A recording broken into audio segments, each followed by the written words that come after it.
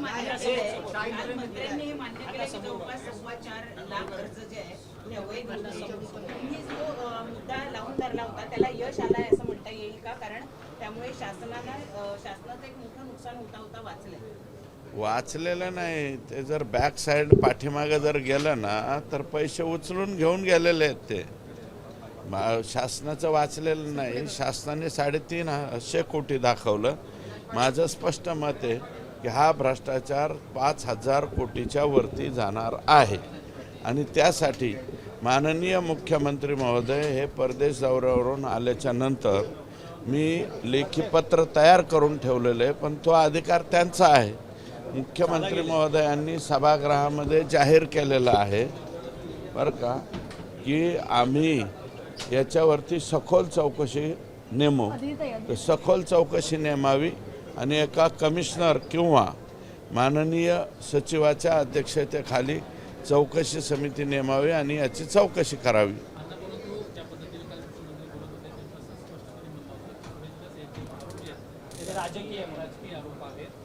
माननीय हे पहा, माझं म्हणणं असं आहे, CSC सेंटरवाले हे प्यादे आहेत.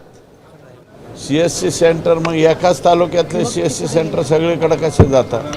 अहो, एक शेतकरी 8 जिल्ह्यात विमा भरतो म्हणजे शेतकरी दोषी मी म्हणत नाही, परंतु हे ठराविक शेतकरी आहेत. 8 जिल्ह्यात पीक विमा भरणारा शेतकरी एक शेतकरी असू शकतो का? आणि राजकीय वगैरे आरोपी नाहीत. माझं चॅलेंज आहे कृषी मंत्र्यांना, तुम्ही माझ्यासमोर चर्चेला या, एखाद्या टीव्हीवरती या, नाही तर कुठेही या, माझी तयारी. परंतु सर, काल तुम्ही एक हत्या प्रकरण समोर आणलं मुंडेंचं. 2023ला परळीमध्ये ही हत्या झालेली होती. 22 नोव्हेंबर मला वाटतं ऑक्टोबर आहे.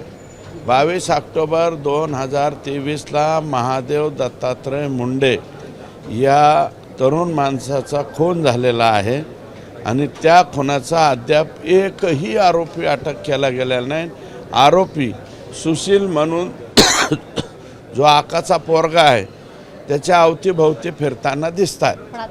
पण आता कुठेतरी अजित पवारांवरती जबाबदारी असल्यामुळे पालकमंत्री पदासाठी आता कुठेतरी या सगळ्या गोष्टींना आळा बसेल आणि 100% आळा बसेल, आम्हाला गॅरंटी आहे.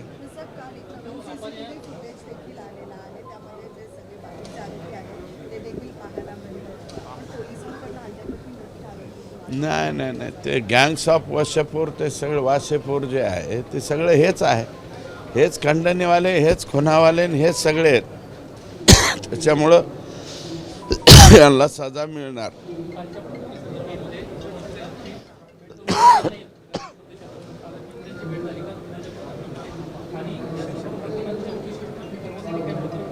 कुठली चौकशी?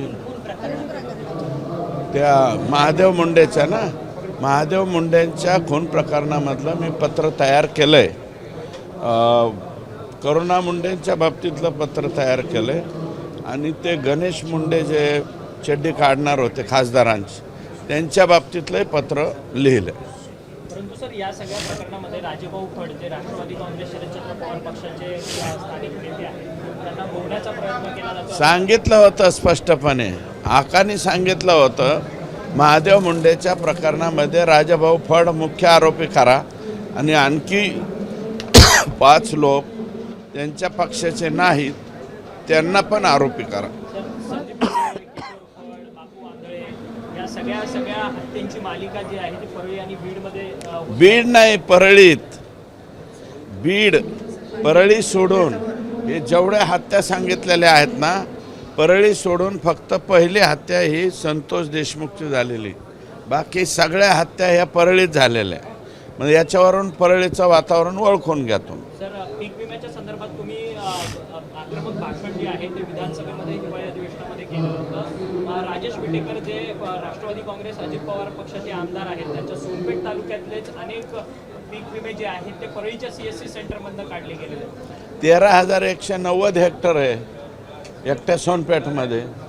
13,190 हेक्टर आहे आणि संपूर्ण बीड परभणी जिल्ह्यामध्ये 40,000 हेक्टर आहे आणि बीड जिल्ह्यामध्ये 39,000 हेक्टर सापडले आत्ता.